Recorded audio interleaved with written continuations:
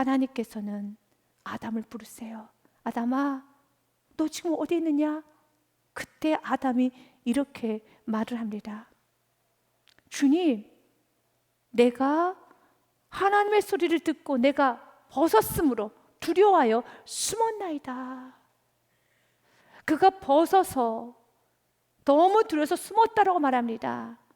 틀린 말이죠. 아담은 어제도 벗고 있었고 그제도 벗고 있었습니다. 아담은 계속 벗고 있었습니다. 벗은 게 문제가 아닙니다. 하나님은 아담이 죄의 자리에 있다는 것을 알고, 아담아, 지금 너가 어디 있느냐? 왜 불순종하였느냐? 왜 불순종의 자리, 교만의 자리, 대적의 자리에 앉아 있느냐라고 물으시는데, 아담은 내가 벗었으므로 내가 두려워해서 숨었습니다. 물끄러미 하나님을 쳐다보면서 자신의 죄를 고백하지 못해요. 사랑하는 여러분, 주님께서 우리에게 다가오실 때 죄를 고백할 수 있는 은혜가 있어야 되는 겁니다. 죄 없다 하면 안 되는 것입니다. 물끄러미 주님을 쳐다보면서 나는 아무런 문제가 없는 척, 나는 지금 신의 괜찮게 하고 있는 척 하지 마십시오. 주님께서는 지금 우리의 마음을 들여다보고 있습니다. 지금 무엇을 먹었느냐? 지금 무슨 죄를 범하고 있느냐? 지금 무슨 생각을 품고 있느냐? 그 생각, 그 마음과 그 모든 죄를 주님께 토설할 수 있는 은혜가 있어야 돼요. 주는 왜 우리에게 빛을 비춘 줄 아십니까? 우리를 정죄하고 판단하고 우리에게 죄에 대한 징벌을 주시기 위한 것이 아닙니다. 우리의 죄를 사해 주시기 위한 것입니다. 그리고 다시 관계를 회복시켜 주시기 위해서 주님은 오늘도 빛을 환하게 비춰주시는 것입니다. 그래서 죄 없다 하시면 안 되는 것입니다. 요한 1서 말씀에 보면은 인간이 죄 없다, 하나님을 물끄러미 쳐다보고 있을 걸 너무 잘 아셨기 때문에 이런 말씀을 하셔요. 요한일서 1장 말씀에 보면 만일 우리가 죄가 없다고 말하면 스스로 속이는 것이고 또 진리가 우리 속에 있지 아니할 것이요 라는 말합니다. 그렇습니다. 죄 없다 말하는 것은 속이는 일입니다. 그런데 이 말씀을 거꾸로 보면은요, 진리가 없기 때문에 우리가 또한 죄가 없다라고 말하는 거예요. 죄가 있으면 진리도 사라지고 동시에 내 속에 진리가 우리 속에 있지 아니하면 우리는 죄 고백도 못하는 겁니다. 여러분들이 회개할 수 있다는 건 은혜예요. 내가 회개할 수 있다는 건 진리가 비춰졌고 말씀이 나에게 관여가 되었고 말씀이 나를 깊은 나의 폐부를 찔렀기 때문에 그렇습니다. 죄가 죄인 줄 알아야 돼요. 아담과 하와는 하나님께서 빛을 비추고 있음에도 불구하고 아담아 내가 어디 있느냐 했을 때 두렵고 떨리는 마음으로 주님 내가 죄를 지었습니다.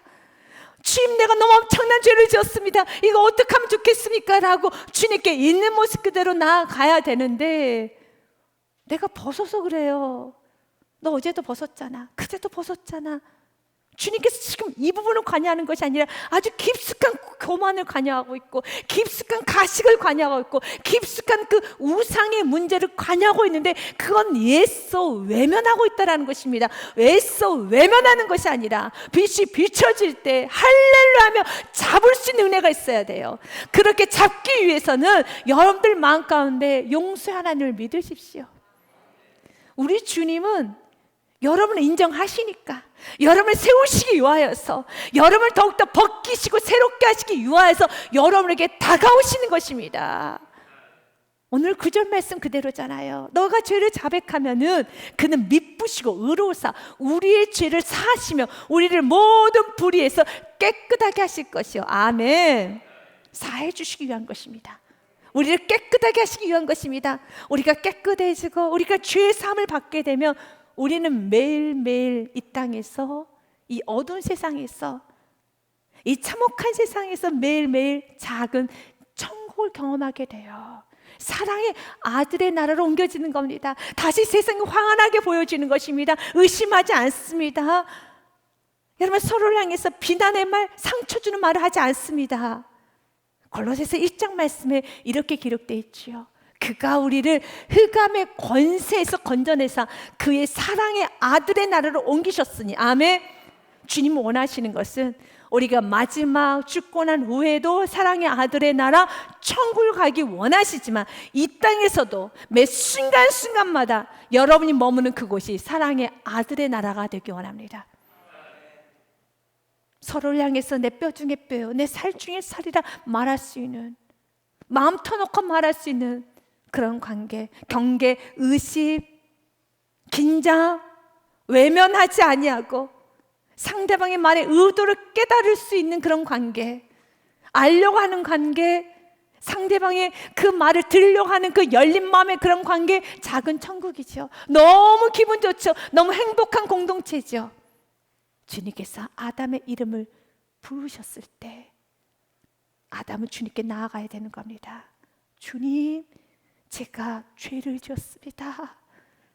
제가 무서운 죄를 지었습니다. 주님 도와주세요 하셔야 되겠습니다. 유진 피터슨 목사님도 죄를 지었을 때는 십자가를 붙드십시오라는 메시지를 전하였습니다. 먼저 하나님께 가라. 넘어진 후에 첫 발은 십자가 쪽으로 디뎌야 한다. 넘어졌다고 절망해서는 안 됩니다. 넘어졌을 때 일어나 그 첫 발을 십자가 쪽으로 옮기십시오. 무너진 세계를 재건해 주시는 하나님의 은혜를 구하십시오. 그리고 회복된 후에 죄를 다시 범하지 않도록 하나님의 도우심을 구하십시오. 아멘. 여러분 넘어지셨습니까? 십자가로 여러분의 발을 옮기셔야 되는 겁니다. 우리의 무너진 세계를 회복시키실 분은 주님밖에 없습니다. 주의 이름 부르셔야 되는 것입니다. 주님의 이름을 부르셔야 되는 것입니다. 아담은 완전히 무너졌어요. 아담의 내면은 완전히 무너졌습니다. 그의 내면의 무너짐은 그의 언어를 통해서 할 수 있어요. 그가 12절에 이렇게 말합니다. 하나님께 이렇게 말해요. 아담이 이르되 하나님이 주셔서 나와 함께 있게 하신 여자, 그가 그 나무 열매를 내게 주므로 내가 먹었나이다. 내 뼈 중에 뼈요, 살 중에 살이라고 말했던 그 하와를 물건 취급합니다. 나와 함께 있게 하신 여자라고 말합니다. 이 말을 조금 더 정확하게 해석해 보면 이 여자는 내가 원하지 않았는데 나의 의지와 상관없이 하나님 당신의 임의대로 나에게 주셔서 함께 하게 하셨으며 이제는 그 여자와 같은 공간에 있다는 것 자체가 너무 고통스럽습니다 라는 이 말이라는 것입니다. 내 의지는 없었어요. 당신의 계획대로, 당신 마음대로 그 여자를 만드셔서 나에게 주셨고 지금 내가 함께 있는 그 여자는 너무 나에게 고통을 줍니다 라고 말하는 거예요. 우리의 가정에서도 이런 말을 할 때가 있죠. 난 당신 때문에 너무 고통스러워. 난 지금 살고 있는 게 지옥이야. 사는 게 고통스러워. 나는 의지가 없었어. 부모님이 하라는 대로 하는 것뿐이었어. 당신 시킨 대로 한 것뿐이었어. 나는 결혼 자체도 난 인생은 다 그랬어 라고 말을 아무 말이나 쏟아내죠. 왜 그런 말을 할까요? 실패를 상대방에게 전가시키는 거죠. 변명 핑계하는 거죠. 자기 합리화하는 거죠. 정말 행복했던 시절이 많았죠. 사진을 보면 알 수 있습니다. V를 하고 찍었던 수많은 사진들이 있었어요. 그렇게 활짝 웃으면서 많은 사진을 남겼죠. 그런데 이제는 내 의지는 없다. 오직 부모님이 시켜서 당신 마음대로 나에게는 인생이 없었어. 나에게는 주도권이 없었어. 지금 내가 사는 건 고통이야 라고 말을 합니다. 신앙생활도 너무 행복했고 좋았던 시절이 있었는데 지금 너무 힘들다라고 말합니다. 고통스럽다라고 말합니다. 죄를 지어서 그런 거예요. 아담은 지금 비겁합니다. 이렇게 죄를 짓고 나면 멋있는 아담도, 정말 젠틀한 아담도 이렇게 무너져서 하나님께 핑계합니다. 그리고 가장 보호하고 책임져야 돼 날 사랑하는 사람을 향해서 물건 취급합니다. 그리고 책임을 전가합니다. 그런데 아담은 지금 완전히 거짓말하고 있는 거예요. 나와 함께 있게 하신 여자가 그가 그 나무 열매를 내게 줌으로 내가 먹었습니다. 아니죠. 본인이 안 먹으면 되는 겁니다. 본인이 먹은 겁니다. 그리고 더 나아가서 모든 책임을 다 하와에게 전가시키지만 바로 아담이 하와와 함께 있었습니다. 왜냐하면 성경 말씀 6절 말씀에 보면은 하와가 그 열매를 먹을 때 이런 말합니다. 여자가 그 나무를 본즉 먹음직도 하고 보암직도 하고 지롭게 할 만큼 탐스럽기도 한 나무인지라 여자가 그 열매를 따먹고 자기와 함께 있는 남편에게도 주매 그도 먹은지라 라고 돼 있는 것처럼 하와 옆에 누가 있었습니까? 아담 있었어요. 1절부터 5절의 말씀까지 뱀과 하와가 대화하고 있는 그 모든 대화를 아담은 듣고 있었습니다. 바로 하와 옆에 아담이 있었죠. 그런데 아담은 하와에게 권면하지도 말리지도 어떤 말도 하지 않았습니다. 부부가 죄로 하나가 되어 있습니다. 깊은 웅덩이에 빠졌어요. 흑암에서 허우적거리고 있습니다. 깨어나셔야 됩니다. 가정에서 한 사람이라도 바르게 깨어나서 일어나셔야 되는 것입니다. 그 자리에 있었어요. 그래서 4절 말씀을 보십시오. 창세기 3장 4절 말씀을 보면 뱀이 하와에게 말할 때 하와에게 말하는 게 아닙니다. 뱀이 여자에게 이르되 너희가 결코 죽지 아니하리라 말씀하고 5절 말씀에 보면 너희가 그것을 먹는 날에는, 여기서 너희가 누구입니까? 아담과 하와입니다. 여자여 너가 먹는 날에가 아닙니다. 너희가 그것을 먹는 날엔 너희 눈이 밝아져 하나님과 같이 되어 선악을 알 줄 하나님이 아심이니라 하면서 그 공간에 아담과 하와가 같이 있었다는 겁니다. 마치 아나니아 삽비라가 동시간대에 죽어 나갔던 것처럼 그 아담과 하와가 동일하게 지금 죄를 범하고 있어요. 사랑하는 여러분, 깨어나십시오. 오늘 이 예배드리는 저와 여러분이 깨어나야 되는 겁니다. 이제 죄의 자리를 떠나야 되는 것입니다. 주님께서 나를 부르실 때 너 지금 어디 있느냐라고 부르실 때, 나의 사랑아 어디 있느냐라고 부르실 때 이 말 정말 딴 말하지 마시고, 주님 내가 죄를 범했습니다. 지금 내가 우상을 섬기고 있습니다. 우상을 내려놓지 못하고 있습니다. 지금 내가 주님께서 관여하시는 그 부분을 앞에 엎드리지를 못하고 있습니다. 다시 은혜의 자리로 돌아가십시오. 다시 복음의 자리로 돌아가십시오. 다시 겸손의 자리로 돌아가십시오. 그리고 주님이 주시는 그 은혜 앞에서 엎드려 보복하시길 바라겠습니다. 주님이 지금 나에게 관여하시는 그 문제는 외면한 채 이 말 저 말 떠들고 있습니다. 주님 용서하여 주시옵소서. 주님의 십자가의 그 보혈의 피를 붙잡으시길 바라겠습니다. 주님 우리를 정죄하지 않습니다. 주님 우리를 치료해 주십니다. 우리를 회복시켜 주십니다. 그러면 사단은 어떤 방법으로 우리 인간을 유혹하는 줄 알아야 되겠습니다. 사단은 많은 방법을 사용합니다. 그러나 사단이 아주 잘 그리고 강력하게 사용하는 방법 중에 하나가 의심입니다. 우리를 의심케 해요. 하나님의 사랑에 관하여 의심하게 합니다. 하나님 말씀에 관하여 의심하게 합니다. 하나님의 사랑 인자 완전하심에 대해서 의심하기 시작하면은 사람을 못 믿어요. 그 누구도 믿지 못합니다. 그래서 나는 항상 긴장하고 의심이 많고 나는 항상 경계심이 많아 하면 하나님의 관계부터 회복하십시오. 하나님 믿지 못하고 하나님의 완전하심, 선하심, 하나님의 사랑을 믿지 못하면 내가 내 인생을 책임져야 돼요.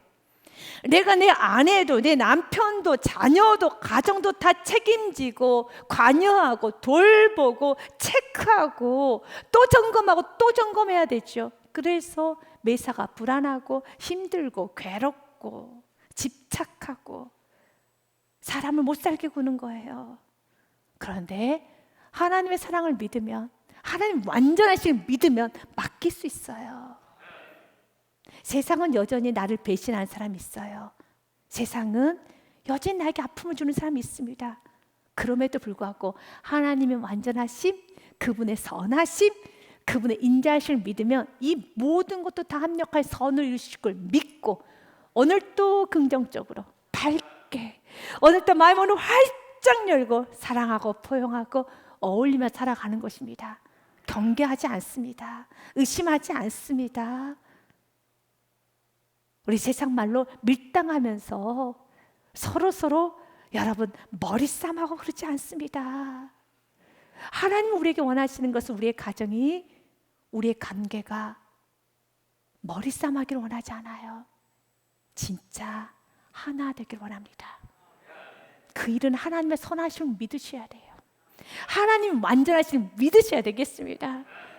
사단이 아담에게, 하와에게 의심을 집어넣습니다.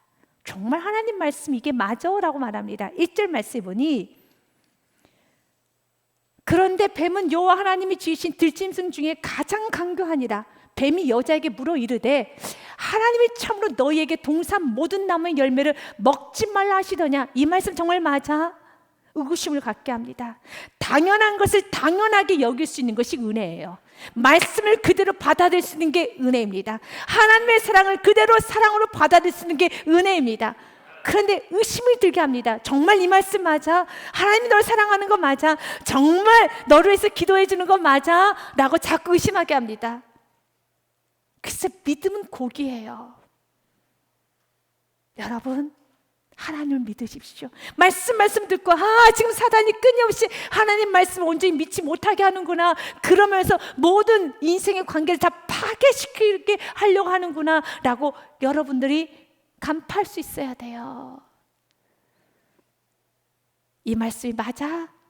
라고 의심케 했을 때 하와는 말씀을 확대하고 축소하면서 말씀을 다시 자기 마음대로 해석해버립니다. 여자가 뱀에게 말하되, 동산 나무의 열매를 우리가 먹을 수는 있으나 동산 중앙에 있는 나무의 열매는 하나님의 말씀에 너희는 먹지도 말고 만지지도 말라, 너희가 죽을까 하노라 하셨느니라. 틀렸습니다. 자신의 마음대로 말씀을 확대했고 축소했습니다. 하와는 이렇게 말했죠. 하나님의 말씀에 너희는 먹지도 말고 만지지도 말라. 아닙니다. 그렇게 말씀하신 적 없습니다. 2장 17절 말씀 보면 하나님은 이렇게 말씀하셨죠. 선악을 알게 하는 나무의 열매는 먹지 말라. 내가 먹는 날엔 반드시 죽으리라 말했습니다. 그런데 하와는 이렇게 말했죠. 먹지도 말고 만지지도 말라라고 말하는 것처럼 확대 말했습니다. 하나님은 굉장히 금하시는 게 많은 것처럼, 하나님은 우리를 너무 고생시키고 우리를 너무 강압하고 우리에게 아무것도 못하시게 하시는, 하나님은 금지하시는 게 너무 많은 것처럼 하나님을 오해시키게 확대했습니다. 그리고 하나님 말씀을 축소했어요. 어떻게 축소했습니까? 하나님은 먹는 날에는 죽으리라 하셨는데 그는 뭐라고 했습니까? 죽을까 하노라. 죽을 수도 있지만 죽지 않을 수도 있어 라고 합니다. 말씀을 자기 마음대로 재해석했습니다. 확대하고 축소했습니다. 자기 마음대로. 하나님은 우리가 이렇게 신앙생활 하기를 원하지 않습니다. 하나님을 내가 만들어서 믿는 것이 아니라, 말씀을 내가 조합해서 믿는 것이 아니라 말씀대로 믿을 수 있어야 돼요. 아담과 하와 안에는 자신이 주인 되어서 말씀을 자기 마음대로 해석해버렸죠.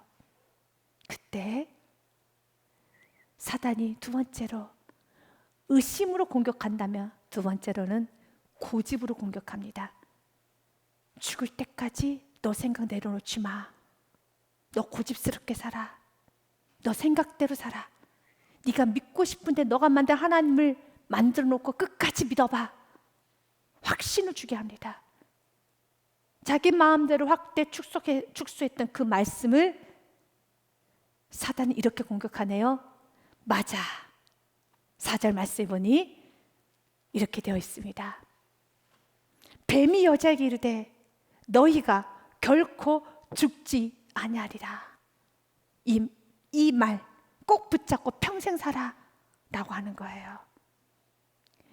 우리가 하나님 말씀을 굳건하게 붙들어야 되는 것처럼 사단은 우리를 유혹할 때 우리의 생각을 굳게 붙잡도록, 우리의 고집스럽게 살아가도록, 신념이라고, 하나님의 말씀이라고, 충성이라고, 자기가 만들어놓은 하나님을 끝까지 붙들고 가게끔 합니다. 그래서 오늘도 내 생각을 버리셔야 돼요. 내 경험을 버리셔야 돼요. 마음을 활짝 열으시고 하나님 말씀을 들으셔야 돼요. 내가 신앙생활 했던 경험도 버리셔야 되는 겁니다. 내가 은혜 받고 싶은 대로 은혜를 받으셔는 안 되는 겁니다. 들으셔야 되는 겁니다. 날마다 내 생각과 내 경험을 버리셔야 되는 겁니다. 그렇지 아니하면 내가 만들어 놓은 하나님을 끝까지 붙잡고 신앙생활 하도록 사단은 유혹해요. 그러나 진리가 있습니다. 너희가 결코 죽지 아니하니라 아니라 죽습니다. 이것이 말씀이라는 것입니다. 여러분, 어떤 말씀을 확대해 놓았습니까? 어떤 말씀을 지금 축소해 놓으셨습니까? 말씀의 빛이 환하게 비춰져서 날마다 내가 만들어 놓은 말씀은 십자가 못 받고 하나님 말씀을 그대로 나의 삶 속에 비춰주시고 그 말씀을 붙잡고 살아갈 수 있는 나의 인생이 되게 하여 주시옵소서. 이제 우리는 마지막으로 생각해 봐야 됩니다. 그러면 이런 무서운 사탄의 공격을 어떻게 이길 수 있을까요?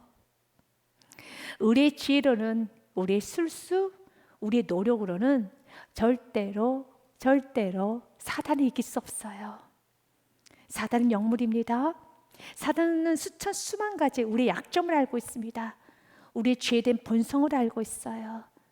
우리를 어디를 공격했을 때 우리가 와르르 무너지는 우리의 아킬레스건을 너무 잘 알고 있기 때문에 우리의 노력으로는 사단을 이길 수 없어요. 사단을 이길 수 있는 방법은 매 순간마다 매일매일 주님을 바라보는 겁니다. 주님께 밀착하는 겁니다. 주님이 빛을 비춰주실 때 그 빛을 그대로 받고 날마다 주님을 바라보면서 내 죄된 부분이 발견하며 고백하는 겁니다. 아, 주님께서 나를 용서해 주시지. 맞습니다. 인정하는 겁니다. 나에게는 이런 욕심이 있어요. 나에게는 이런 안락을 포기하지 못한 내 안에 있는 욕구가 있어요. 오늘 또 나는 죽고 예수 그리스도가 살아가는 삶을 살고 싶습니다. 주님 도와주세요. 주님 도와주세요라고 날마다 다윗과 같이 주님을 바라보는 삶, 날마다 주님만을 사모하면서, 그러게 다윗이 그토록 성전을 사모했던 것처럼 예배하는 삶, 주님을 바라보면서 말씀을 즐겨 듣기 원하는 삶, 그 삶을 살아가시기를 바라겠습니다. 스펄전 목사님의 15살 때 그가 설교 들었던 그 내용을 가지고 여러분들에게 전함으로 오늘 말씀을 마무리해 보고자 합니다. 15살 때 그가 설교를 듣습니다. 1850년 1월 6일 날 들었던 설교의 내용의 일부분입니다. 많은 사람들이 자기 자신을 바라보고 있습니다. 그러나 그것은 아무런 쓸모가 없습니다. 어떤 이들은 말하기를 하나님 아버지를 의지하라고 합니다. 아닙니다. 의지하는 것 또한도 미래의 일입니다. 예수님 말씀하시기를 지금 나를 바라보라고 하셨습니다. 내일이 아닌 지금 바로 이 순간 예수님을 바라보십시오. 성경은 나를 바라보라고 말씀하십니다. 나를 바라보라. 내가 수많은 핏방울을 흘리고 있노라. 나를 바라보라. 나는 십자가에 매달려 있노라. 나를 바라보라. 나는 죽었고 묻혔노라. 나를 바라보라. 나는 다시 일어났노라. 나를 바라보라. 나는 아버지 오른쪽에 앉아있노라. 그분이 그 오른쪽에 앉아서 못하고 계십니까? 우리를 위해서 중보기도 하고 계십니다. 나를 바라보아라. 오 불쌍한 죄인이여, 나를 바라보아라. 언제요? 지금 이 순간에. 지금 이 순간에. 우리 하나님께서도 말합니다. 아담아, 내 사랑아, 지금 내가 어디 있느냐? 어제 신앙을 자랑하지 마십시오. 지금 어디 있느냐? 지금 너의 마음이 어디를 보고 있느냐? 어디를 향하고 있느냐? 지금 너의 마음이 어디 있느냐? 주님 물으실 때, 주님, 내 마음이 지금 세상을 향해 가려고 지금 요동치고 있습니다. 주님, 나를 도와주시옵소서. 내가 불안해 있습니다. 걱정, 의심 너무 많습니다. 두려워하고 있습니다. 미래에 대한 걱정이 너무 많습니다. 지금 내가 어디 있느냐? 다시 믿음의 자리로 돌아오십시오. 다시 감사의 자리로 돌아오십시오. 다시 주님을 붙잡으십시오. 언제요? 지금 이 순간에. 여러분, 날마다 이 은혜가 충만하시기를 주님 이름으로 축복드립니다.